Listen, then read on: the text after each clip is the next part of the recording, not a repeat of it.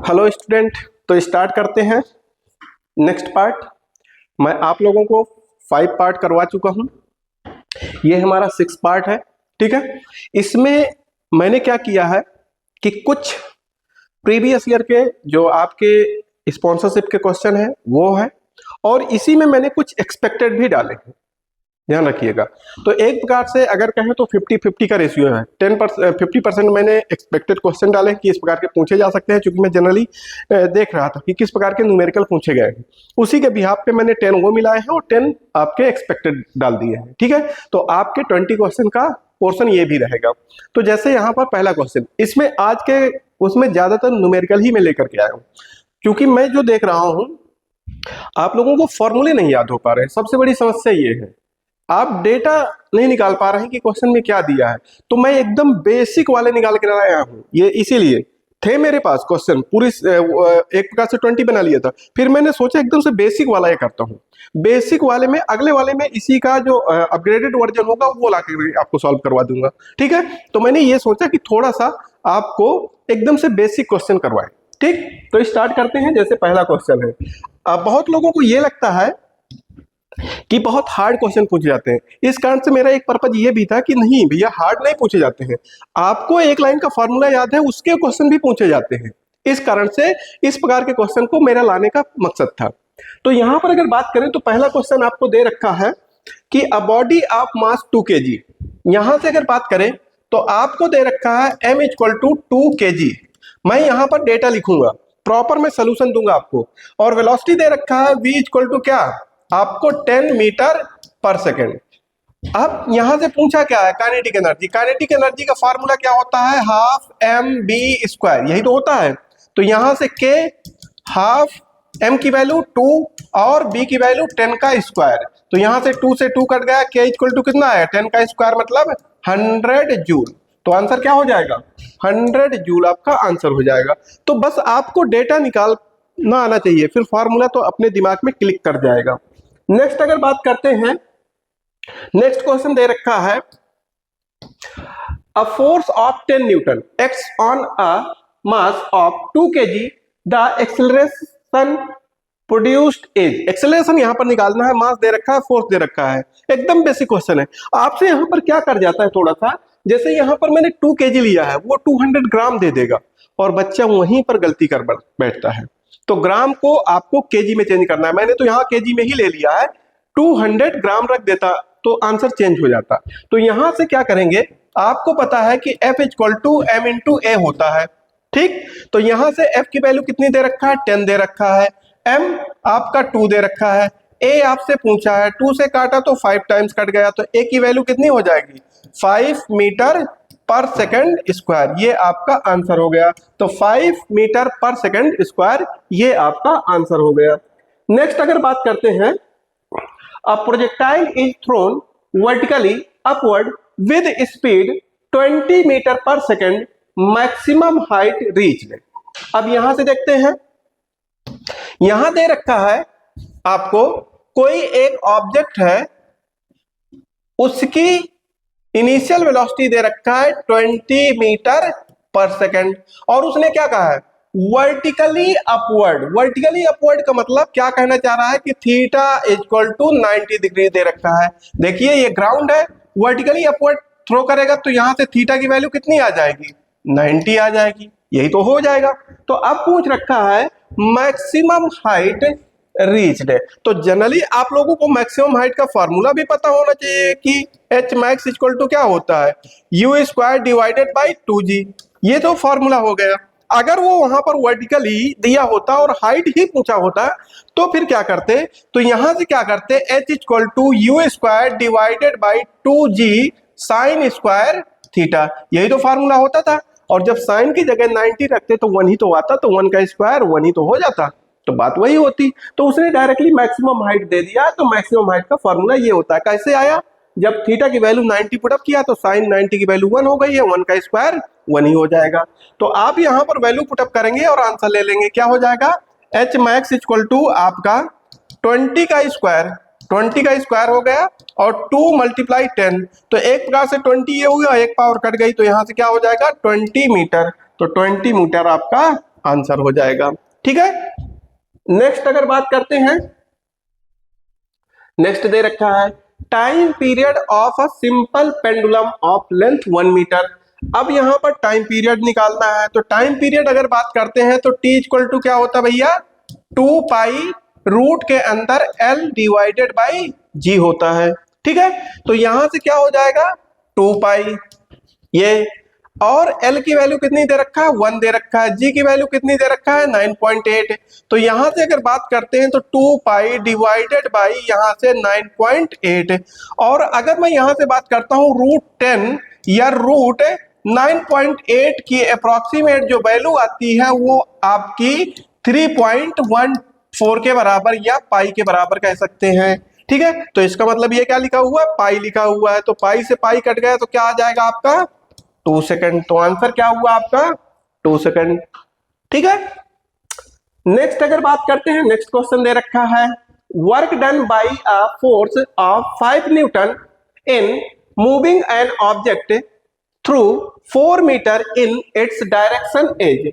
तो यहां से अगर बात करें, आपको दिया है यहां से वर्क डन पूछा है, पहली बात तो ये कहते हैं वर्क डन पूछा है, दिया क्या है फोर्स दिया है 5 न्यूटन का, और क्या दे रखा है डिस्प्लेसमेंट दे रखा है कितना 4 मीटर, तो यहां से वर्क इक्वल टू क्या होता है फोर्स इंटू डिस्प्लेसमेंट, फोर्स की वैल्यू 5 है ये 4 है, तो क्या हो जाएगा 20 जूल आपका आंसर हो जाएगा। तो यहां से क्या आ गया 20 जूल आपका आंसर आ गया।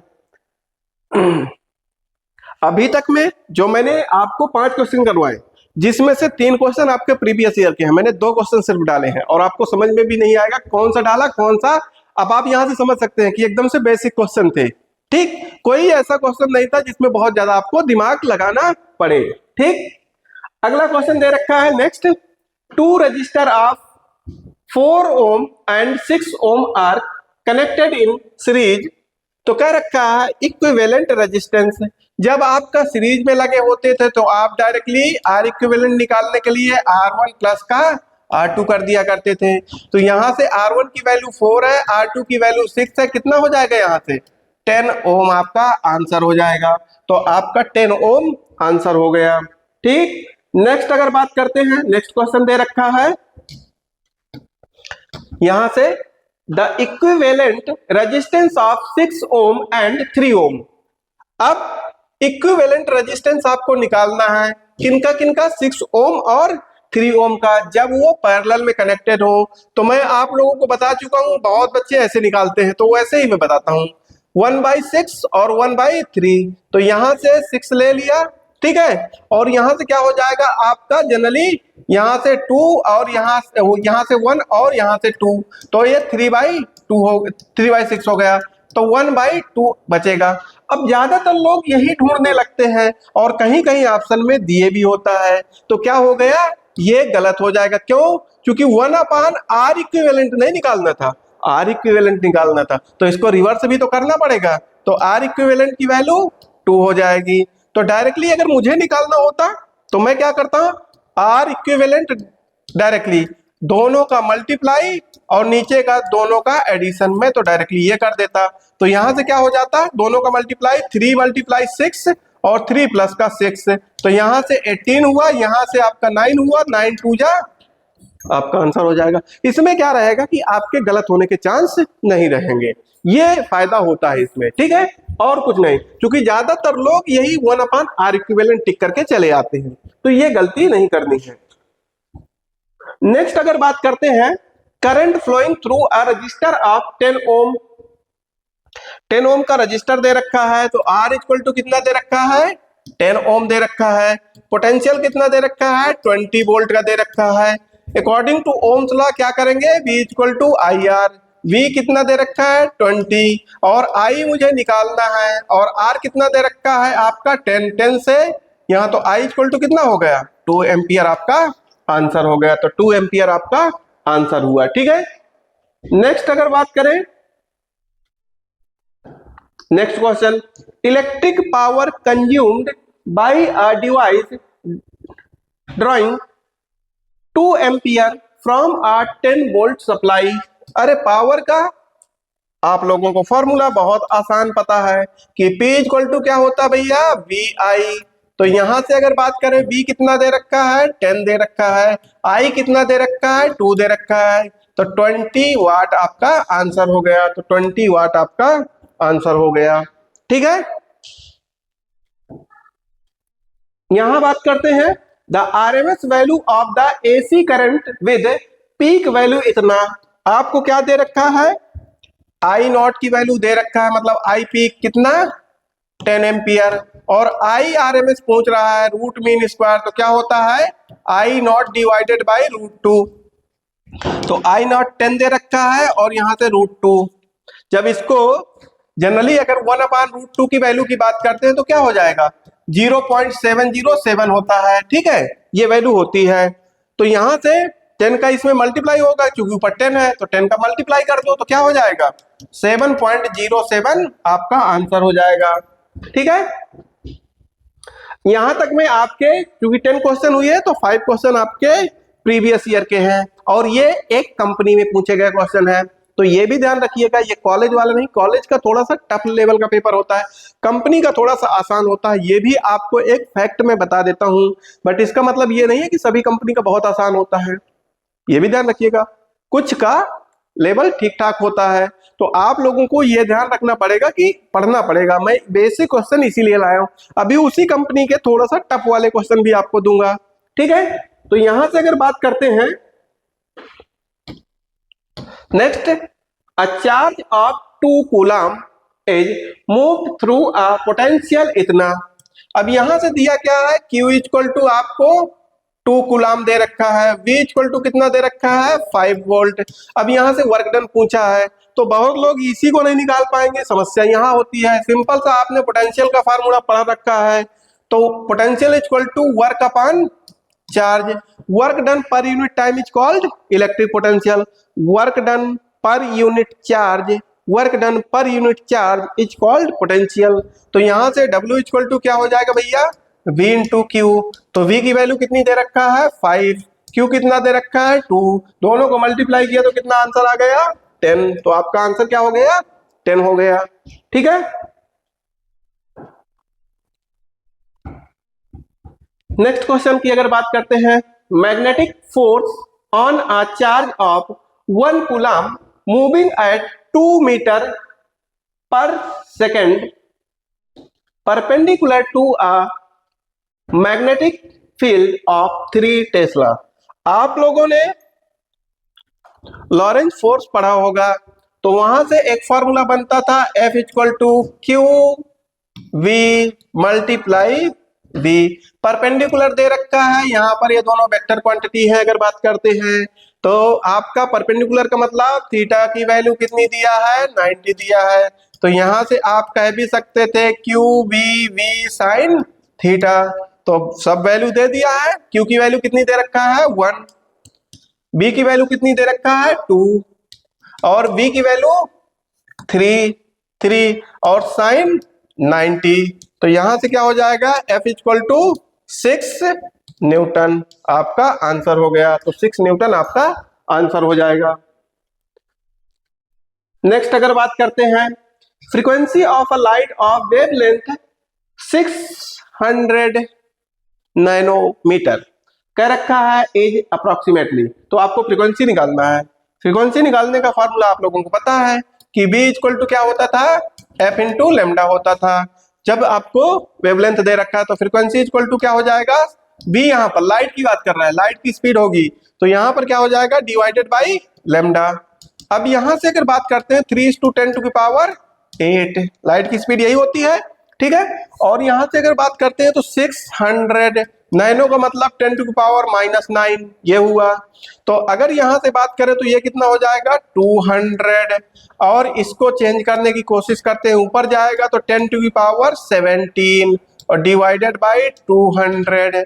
तो यहां से अगर इसको चेंज करें, क्योंकि पावर 14 में सभी के सभी दे रखा है तो पावर 14 में कर लेता हूं, तो 3 जीरो आगे आ गए, 10⁻14 बन गया डिवाइडेड बाई 200। 200 से काटूंगा तो 5 टाइम्स। ठीक है, तो आंसर क्या हो जाएगा 5:10⁻14 हर्ट्ज, यही आपका आंसर हो गया।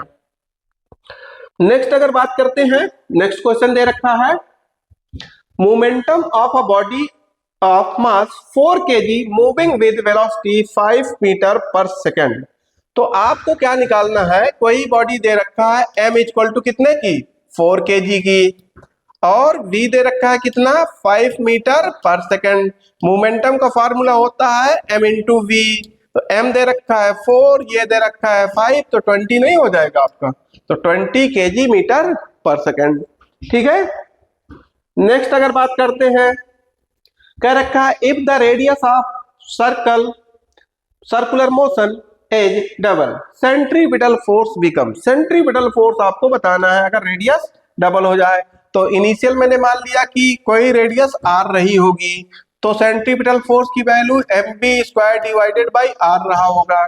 जब रेडियस दुगनी हो जाएगी, मास उसने चेंज करने की बात नहीं किया, वेलोसिटी चेंज करने की बात नहीं किया, तो वही रहेगा।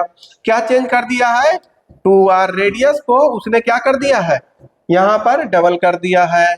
दोनों को इनको डिवाइड कर देता हूं, तो mv² कट गया, तो 2r ऊपर चला जाएगा, 2r डिवाइडेड बाई r बचेगा, r से r। तो यहां से अगर बात करते हैं cp divided by cp dash equal to 2 हो जाएगा। तो मुझे क्या निकालना है cp डैश, तो cp डैश इसकी जगह पहुंच गया है, नीचे आ गया, तो यहां से क्या हो जाएगा cp डिवाइड बाई 2। अब आपको ये भी ध्यान रखना था, जैसे ये दुगना कर रहा था, तो ये तो आपको पता था ना कि सेंट्रीपिटल फोर्स की वैल्यू कम हो जाएगी। अगर रेडियस बढ़ेगी तो सेंट्रीपिटल फोर्स क्या हो जाएगा कम हो जाएगा। तो जब रेडियस दुगनी होगी, क्योंकि इनवर्सली प्रोपोर्शनल है, इनवर्सली प्रोपोर्शनल टू रेडियस है, centripetal force inversely proportional to radius है, तो अगर रेडियस दुगना होगी तो सेंट्रीपिटल फोर्स हाफ हो जाएगा। तो आपका आंसर क्या हो जाएगा हाफ हो जाएगा। ठीक है। नेक्स्ट अगर बात करते हैं, नेक्स्ट क्वेश्चन दे रखा है a transformer has 200 tons in primary. अब यहां पर अगर बात करें, दे रखा है एन एस, कितना दे रखा है, यहां से अगर बात करते हैं 200, और आपको एनपी प्राइमरी कर रखा है, और एनएस ये कितना दे रखा है 100 टन्स, और पूछा क्या है आपका बीपी रेशियो वीएस। तो यहां से V P ratio V S equal to N P ratio N S equal to I S ratio I P होता है। ये जनरली एकदम से याद करने वाला फॉर्मूला है, क्योंकि यहां से क्वेश्चन बार बार रिपीट होते हैं। अब मुझे इनके बीच का रिलेशन दे रखा है, तो इन्हीं के बीच का निकालते हैं। तो BP divided by V S, primary 200 दे रखा है और सेकेंडरी आपको 100 दे रखा है, तो यहां से काटा तो क्या आ जाएगा 2:1 आपका आंसर हो जाएगा। तो 2:1 आपका आंसर हो गया। ठीक है। यहां से अगर आगे बात करते हैं, दे रखा है next energy of a photon of frequency 5:10⁻14 hertz और h की वैल्यू इतनी दे रखा है। बहुत आसान क्वेश्चन है। आप लोगों ने जब डुअल नेचर ऑफ लाइट पढ़ा होगा तो वहां पर एक फॉर्मूला पढ़ा होगा E = 5 प्लस का काइनेटिक एनर्जी, और यहीं से आपने कहा होगा h new = h new not plus का हाफ mv²। ये तो एकदम से बेसिक फॉर्मूला है जिससे क्वेश्चन बनते हैं बहुत सारे। मुझे क्या करना है, जो ए लिखा हुआ है यही एनर्जी है, इसकी वैल्यू क्या होती है E = मैंने क्या लिख रखा है h न्यू लिख रखा है। न्यू यहाँ पर फ्रीक्वेंसी ऑफ फोटॉन है, तो मुझे E निकालना है। h की वैल्यू कितनी दे रखा है 6.6 इंटू 10⁻34 दे दिया, और फ्रीक्वेंसी कितनी दे रखा है 5:10⁻14, तो 5:10⁻14 ये दे रखा है बस।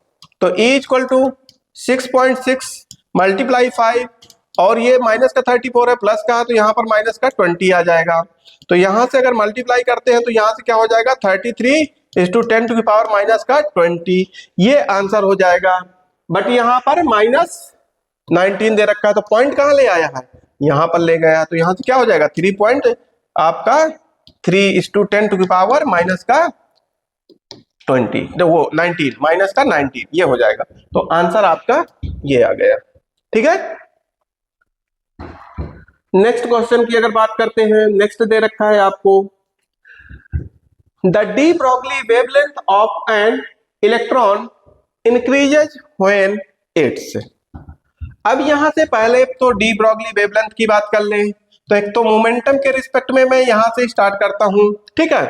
तो यहां से h divided by lambda, lambda क्या है, डी ब्रॉगली वेवलेंथ, तो h डिवाइडेड बाई p, एक फॉर्मूला तो ये हुआ। और लेमडा इक्वल टू, अगर मैं यहां से मोमेंटम का लिखता हूं तो m इंटू बी भी होता है। और एक रिलेशन मैंने काइनेटिक एनर्जी और मोमेंटम के बीच देखा था, तो एक रिलेशन यहां से हो जाएगा, तो लेमडा इक्वल टू एक रिलेशन ये निकल करके आया, और एक relation h divided by 2m के, ये दे रखा है। अब इसी के हिसाब से कह रखा है अगर वेलोसिटी इंक्रीज करेगी तो क्या कह रखा है, डी ब्रॉगली वेवलेंथ यहां पर इंक्रीज की बात कर रहा है, तो कह रखा है कि अगर वेलोसिटी इंक्रीज करेगी तो ये भी इंक्रीज करेगी। गलत ऑप्शन हो गया, नहीं हो सकता, ऐसा पॉसिबल नहीं है कि वेलोसिटी इंक्रीज करे तो वेवलेंथ भी इंक्रीज करे, क्योंकि इनवर्सली प्रोपोर्शनल दे रखा है। Lambda is inversely proportional to velocity दे रखा है। दूसरा कह रखा है अगर मोमेंटम इंक्रीज करेगा तो कह रखा है डी ब्रॉगली वेवलेंथ इंक्रीज करेगी। अगर मोमेंटम इंक्रीज किया तो ये क्या कर जाएगी भैया, डिक्रीज कर जाएगी। इसका मतलब ये भी गलत, ये भी गलत, ठीक, दोनों गलत है। आगे कह रखा है काइनेटिक एनर्जी इंक्रीजेज, अगर काइनेटिक एनर्जी इंक्रीज कर जाएगी तो ये क्या कर जाएगा, डिक्रीज कर जाएगा। इसका मतलब ये भी गलत है। तो अब देखिएगा, वेलोसिटी डिक्रीजेज, अगर वेलोसिटी डिक्रीज कर जाएगी तो लेमडा क्या कर जाएगा, इंक्रीज कर जाएगा। तो यही ऑप्शन सही हो गया, ठीक है। नेक्स्ट अगर बात करते हैं, नेक्स्ट दे रखा है if distance between two charge is reduce to half electrostatic force becomes.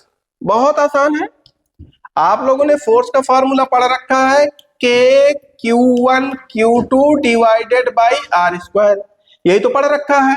अब यहां से F डैश कह रखा है, तो चार्ज के बारे में कोई बात नहीं किया, तो चार्ज वही रहेंगे।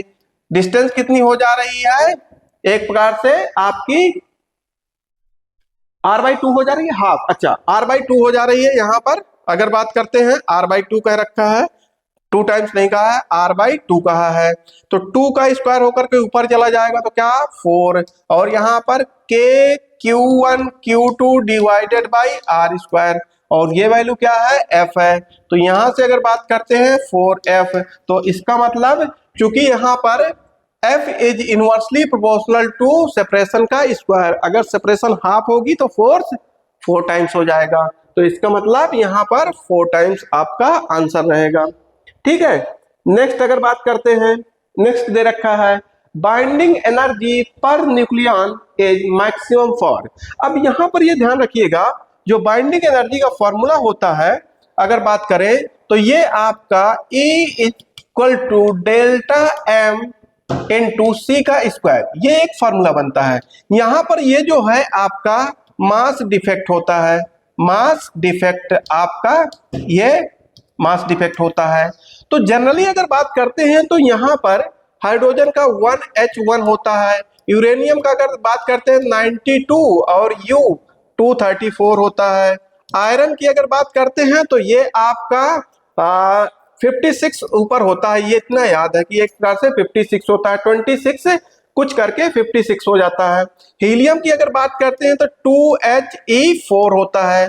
बट ये ध्यान रखिएगा, जो आपकी एनर्जी है डायरेक्टली प्रोपोर्शनल टू एक प्रकार से मास के है, ये कह सकते हैं मास, ठीक। तो मास यहाँ पर एटॉमिक मास होता है, ये वो वाला मास नहीं है, एटॉमिक मास। तो एटॉमिक मास तो सबसे ज्यादा इसका है, तो ये भी ध्यान रखिएगा कि जैसे जैसे एटॉमिक मास बढ़ेगा वैसे वैसे बाइंडिंग एनर्जी बढ़ेगी। बट एक समय ऐसा आ जाएगा कि जैसे जैसे मास बढ़ेगा बाइंडिंग एनर्जी कम भी होने लगेगी, ठीक है। तो वो मैक्सिमम लिमिट कौन सी है जहां पर कम होने लगेगी, वो आपका यहां से Fe56 ही है। जब आयरन 56 तक पहुंच जाएंगे, आयरन 56 तक बाइंडिंग एनर्जी बढ़ती है, ठीक है। और जैसे इसके आगे के एलिमेंट्स की बात करते हैं तो इसका मतलब ग्रेजुअली बाइंडिंग एनर्जी डिक्रीज करने लगती है। तो सबसे एक्सीड लिमिट कहां पर आती है भैया, एक प्रकार से आपके आयरन पे आती है। तो सबसे ज्यादा मैक्सिमम पूछा है ना, बाइंडिंग एनर्जी मैक्सिमम पर न्यूक्लियस, तो वो होती है आयरन की। तो यहाँ पर थोड़ा सा एक्सेप्शन वाला केस है, ये ध्यान रखिएगा। ये नहीं कि आप उसी सीक्वेंस में पढ़ते चले जाए, एक टाइम तक इंक्रीज करती है, इसके बाद डिक्रीज करने लगती है। जैसे आप लोगों ने पढ़ा होगा फिजिक्स में एक्सेप्शन नहीं होते हैं, मैंने एक्सेप्शन बोल तो दिया है, एक्सेप्शन नहीं है, ये ध्यान रखिएगा। एक्सेप्शन वो होता है कि एक थ्योरी फॉलो करते जाए, कोई एक बीच में गलत निकल जाए। ये आप लोगों ने देखा होगा कि वाटर की डेंसिटी 0 से 4 डिग्री तक इंक्रीज करती है और 4 डिग्री से आगे डिक्रीज करने लगती है। तो इसका मतलब ये नहीं है कि टेम्परेचर के साथ साथ ऑलवेज डिक्रीज ही करती है। आप पहले 0 से 4 डिग्री सेल्सियस तक वाटर की डेंसिटी इंक्रीज करती है और 4 डिग्री सेल्सियस से आगे तक वो 0 से 4 डिग्री तक इंक्रीज करती है और 4 डिग्री से आगे तक डिक्रीज करती है। तो इसी प्रकार इसमें भी है कि आपका जो हाइड्रोजन से लेकर के आयरन तक, यहां पर आपकी जो बाइंडिंग एनर्जी है वो इंक्रीज करती है, क्योंकि एटॉमिक मास आया था, और उसके आगे वो एक्सीड लिमिट है आयरन तक, इसके आगे धीरे धीरे ग्रेजुअली डिक्रीज करना स्टार्ट कर देती है। तो इस कारण से यहाँ पर आयरन आपका आंसर हो जाएगा। तो ये आपके 20 क्वेश्चन थे जो आपको देखने में एकदम से बेसिक लगेंगे, बट इसमें 10 क्वेश्चन फिर से मैं बता रहा हूँ आपके प्रीवियस ईयर के हैं और 10 क्वेश्चन जो मैंने उन्हीं के बिहाफ पे यहाँ पर डाल दिए हैं। तो आप लोग थोड़ा सा केयरफुली पढ़िए, चीजों को समझ के पढ़िए, क्वेश्चन आसान भी आते हैं, बस ये होता है कि कौन उस टाइम पे सही क्लिक कर पाता है। माइंड का खेल है, जिसका दिमाग उस समय सही चला उसका अच्छा खासा नंबर गेन कर लेता है, स्पॉन्सरशिप निकल जाती है, ठीक है। और मैं आपको बता रहा हूँ ये किसी कंपनी के आए हुए क्वेश्चन है, कॉलेज के नहीं है, कॉलेज थोड़ा सा टफ देता है, ठीक है। तो आज के लिए इतना ही रखते हैं, टेक केयर, बाय बाय।